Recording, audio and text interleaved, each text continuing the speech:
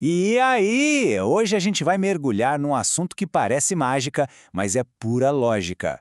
Vamos desvendar como circuitos digitais, que parecem super complexos, podem ser simplificados usando uma ferramenta incrivelmente elegante, a álgebra booleana. Para começar, vamos pensar numa coisa.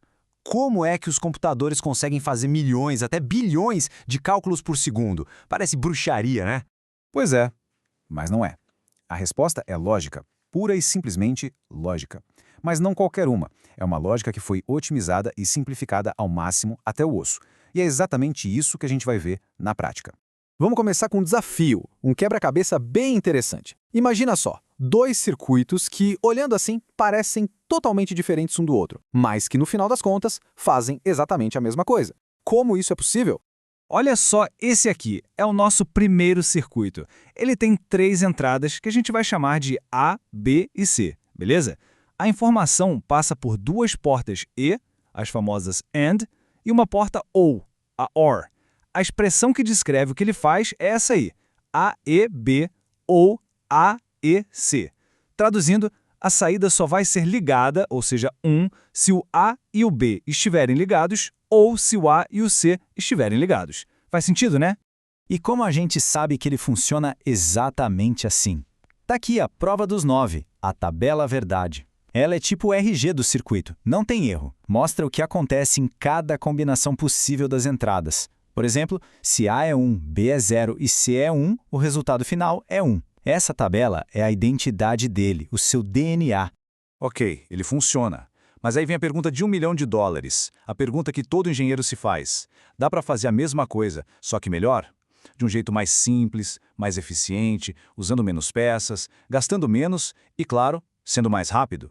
E a resposta pode estar aqui.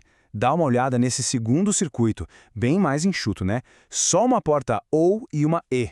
A expressão dele é A, E, B ou C. A grande dúvida agora é: será que esse carinha mais simples consegue entregar o mesmíssimo resultado que o outro mais complexo?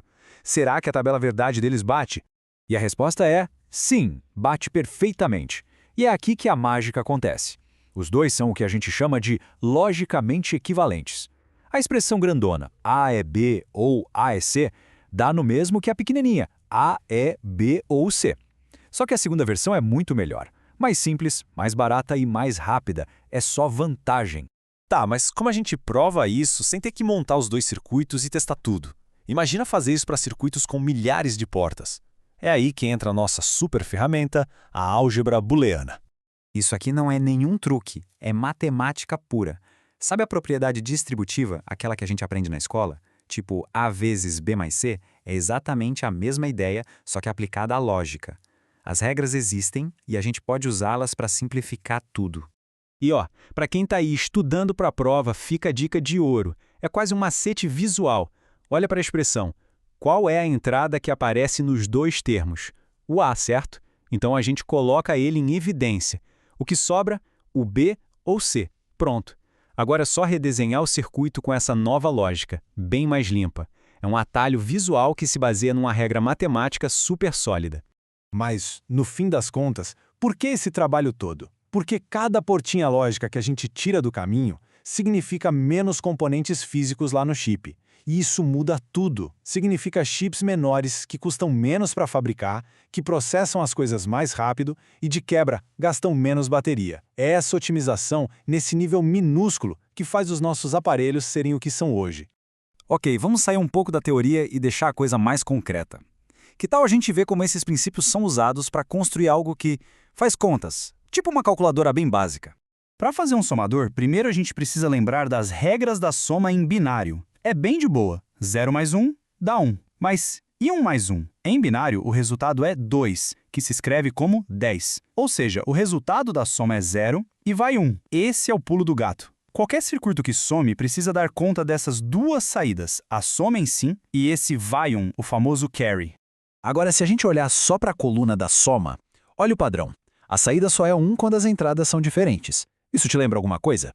É exatamente o que uma porta XOR ou exclusivo faz. Ela só dá 1 se uma entrada for 1 e a outra 0, mas nunca se as duas forem iguais. Beleza. E a coluna do vai 1, mais fácil ainda. Ela só dá 1 em uma única situação. quando as duas entradas são 1. E qual porta lógica faz exatamente isso? A porta E, a AND, simples assim. Então, o que acontece se a gente juntar as peças? Pega uma porta XOR para cuidar da soma, uma porta AND para cuidar do vai 1, e pronto, a gente acabou de criar um semissomador ou health adder. É um dos tijolinhos mais básicos e essenciais de toda a computação. Um circuito simples que sabe somar 2 bits. Legal. Então já vimos que os circuitos sabem fazer contas, mas um computador precisa de mais uma coisa fundamental: memória. E o mais doido é que os mesmíssimos princípios lógicos que usamos até agora também servem para criar circuitos que lembram das coisas. O segredo aqui tem um nome: feedback. Ou, se preferir, um laço de realimentação. A ideia é genial de tão simples. A gente pega a saída de uma porta lógica e conecta de volta em uma das suas próprias entradas. E o que esse laço faz? Ele cria um estado estável. O circuito meio que se trava num valor, seja 0 ou 1. Ele fica ali, lembrando daquele bit, até que um outro sinal venha de fora e force uma mudança. É como um interruptor que fica na posição que a gente deixou. E essa coisinha simples, essa capacidade de guardar um mísero bit, um único 0 ou 1, é a base, o átomo de toda a memória digital que existe. A memória RAM do seu computador, o armazenamento do celular, os servidores gigantes que rodam a internet, tudo isso é feito de bilhões e bilhões desses pequenos laços com feedback. Então, olha só que jornada. A gente partiu de regrinhas simples de lógica, usou a álgebra booleana para simplificar tudo e com isso chegamos em circuitos que não só calculam, mas também memorizam. É a base de tudo que a gente conhece hoje. Isso tudo deixa uma pergunta no ar, né? Se esse nível de simplificação já foi tão transformador, já mudou o mundo, qual será o próximo grande salto? O que vem por aí para tornar a computação ainda mais eficiente?